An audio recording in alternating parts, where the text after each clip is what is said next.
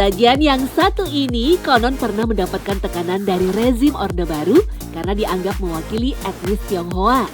Tak hanya itu saja, makanan ini juga pernah disebut tak layak masuk keraton karena dianggap makanan rakyat jelata. Tetapi di tengah tekanan bertubi-tubi, menu ini justru tumbuh dan menjadi legenda dari kota Solo. Inilah sepenggal kisah Timlo, sajian khas Surakarta. Spirit Van Java, begitulah salah satu julukan dari kota Solo. Tak mengherankan memang, kota ini memang identik dengan warisan sejarah serta budaya yang sangat erat berkaitan dengan Pulau Jawa pada khususnya. Tetapi Solo tak sekedar destinasi sejarah semata. Di kota yang juga berjuluk kota batik ini, penuh dengan tujuan kuliner legendaris yang tak kalah menarik. Salah satunya, Timlo.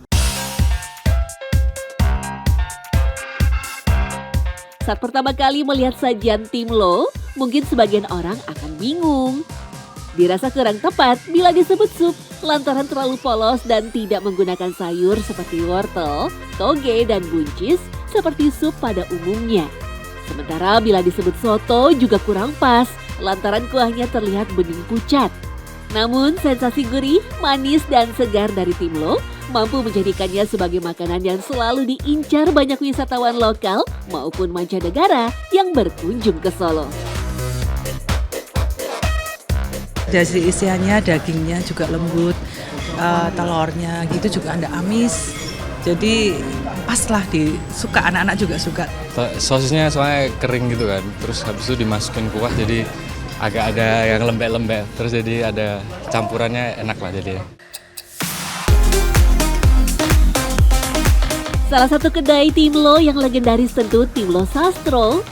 Terletak di Jalan Abdul Muiz, Setabelan, Kota Solo. Warung yang selalu ramai oleh pengunjung ini bahkan sudah ada sejak tahun 1952.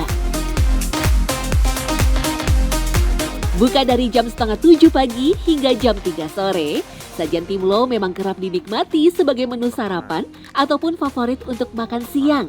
Timlo disajikan di dalam mangkuk besar dengan nasi sebagai dasar. Tapi bagi pengunjung yang tak biasa makan nasi campur dengan kuah, bisa meminta untuk porsi terpisah. Lalu disusunlah berbagai macam topping dari sayuran, ayam, daging sapi, jamur, risol, dan bakso. Isian risol yang digunakan lebih menyerupai sosis Solo yang terdiri dari dadar telur tipis berwarna kuning dengan isian daging cincang berbumbu. Sosis Solo yang digunakan di sini juga tidak sama dengan yang biasa dijual di lapak jajanan. Potongan sosisnya lebih menyerupai dadar kulit lumpia yang dilipat dan digoreng dengan isian ayam cincang. Semua itu disiram dengan kuah bening encer yang dibanjiri kuah bening encer yang gurih karena berasal dari kaldu ayam.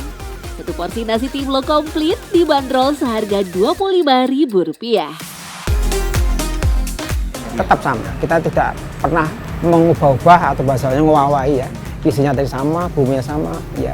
Sejak Bapak dulu begitu menjaga kualitas. Misalnya ada bahan-bahan naik harganya, kita kan ada orang yang terus bumbunya dikurangi, kita tetap jangan sampai mengubah jumlah atau komposisi bumbu ya begitu.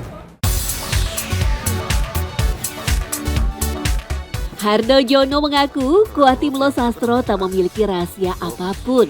Pasalnya kaldu ayam yang sudah sangat gurih cukup ditambahkan bumbu biasa seperti merica, garam, dan gula. Menurut generasi kedua pemilik warung ini, yang menjadi kekuatan Timlo adalah topping atau isiannya. Seiring perkembangan zaman, topping yang dulunya tak ditemui pada Timlo kini mulai digunakan. Bakso misalnya. Anak muda sekarang ke barat-baratan ya, menu-menu itu ada yang cerita seperti menu-menu yang tradisional itu sudah tidak dilirik oleh generasi muda. Itu memang tantangan ya, bagaimana agar anak muda tertarik menu-menu tradisional. Lantas, dari mana sebenarnya munculnya sajian Timlo ini? Melacak hal itu tentu harus kembali ke ratusan tahun silam. Berawal dari Desa Sala, wilayah Solo sebenarnya merupakan kawasan perdikan atau independen yang dulu dipimpin oleh Ki Gede Sala. Saat kedatangan Belanda, penyebutan Sala berubah menjadi Solo untuk mempermudah pelafalan kolonial. Desa Sala kemudian menjadi pusat Keraton Surakarta Hadiningrat setelah Keraton Kartasura milik Kerajaan Mataram Islam hancur akibat geger pecinan pada tahun 1740. Dari situlah Solo yang sudah menjadi bandar perdagangan semakin ramai dan berkembang menjadi salah satu pusat kota multi etnis. Nah, jadi sebelum kota Solo muncul keraton, Solo ini sudah ramai menjadi bandar perdagangan lintas etnis, salah satunya orang-orang Tionghoa. Nah, orang Tionghoa ini mereka datang ke Nusantara tanpa bisa menanggalkan atau menghilangkan tradisi kulinernya. Tak bisa dipungkiri, kuliner Timlo memang dipengaruhi dari budaya etnis Tionghoa yang telah menetap ratusan tahun silam di Jawa bagian tengah ini. Dulu, Timlo dijual oleh para pedagang Tionghoa dengan cara berkeliling menggunakan pikulan. Konon, Timlo berasal dari tradisi makanan berkuah di kalangan etnis Tionghoa yang bernama sup Kimlo. Dalam perjalanan waktu, terjadi perubahan penyebutan nama. Etnis Tionghoa menyebutnya Kimlo. Namun saat dilafalkan oleh masyarakat Jawa, mereka kesusahan dan lebih gampang menyebutnya dengan Timlo. Sampai akhirnya Timlo menjadi sebutan umum bagi kalangan masyarakat Jawa. Awalnya, Kimlo yang di Cina merupakan menu favorit untuk makan malam disajikan pedagang Tionghoa dengan memakai daging babi. Bahkan di sebelah Pasar Gede, dulunya terdapat kawasan yang disebut Baben yang berarti tempat membeli babi untuk para pedagang Tionghoa. Seiring persinggungannya dengan warga Solo, mulai ada perubahan pada isian Timlo. Timlo kemudian disajikan memakai telur dan juga daging ayam. Kalau dalam perspektif penjual, sebenarnya ini kreativitas. Untuk apa? Untuk memanjakan lidah para penjualnya, para pembelinya. Karena apa? Karena mereka ingin menjaga bahwa bukan hanya untuk laris, tapi Solo ini bagian dari ruang untuk mengadu keplek ilat. Sejauh mana makananmu enak, sejauh mana pelayananmu bagus gitu. Selain itu, Kimlo yang disebut sebagai leluhur Timlo pun memiliki rempah yang cenderung ringan. Pasalnya, di daratan Cina sendiri, keberadaan merica tentu tak sebanyak di Nusantara ataupun Jawa sebagai salah satu jalur penting kala itu. Meski tak terbantahkan kelezatannya, pada awalnya Timlo tak terlalu diterima oleh pihak keraton karena dianggap masakan yang identik dengan rakyat jelata. Tetapi seiring waktu, kehadiran Timlo pun mulai mengisi dapur keraton. Salah satu buktinya adalah keberadaan topping sosis Solo yang merupakan hidangan para bangsawan.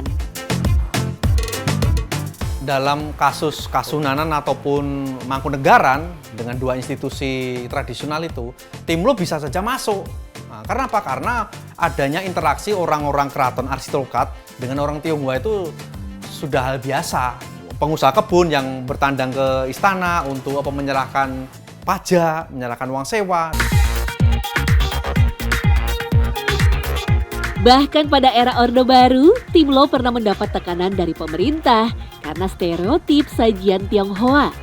Tetapi Timlo benar-benar mampu melawan itu semua. Tentunya karena cintanya masyarakat terhadap sajian yang satu ini. Telah menjadi sebuah legenda, Timlo bisa menjadi contoh nyata bahwa keberagaman mampu menjadi satu dalam periuk yang sama dengan melengkapi satu sama lain. Racikan asli Tionghoa diolah sedemikian rupa sehingga tercipta hidangan yang diterima oleh semua pihak, bahkan semua etnis. Lahir dari pikulan para pedagang, Timlo kini telah bertransformasi menjadi sajian legenda. Ini menurut saya akhirnya menjadi warisan budaya tak benda. Ini. Jadi bukan hanya urusan makan, bukan hanya urusan perut, tapi ini wujud dari nilai-nilai kerukunan. Gitu.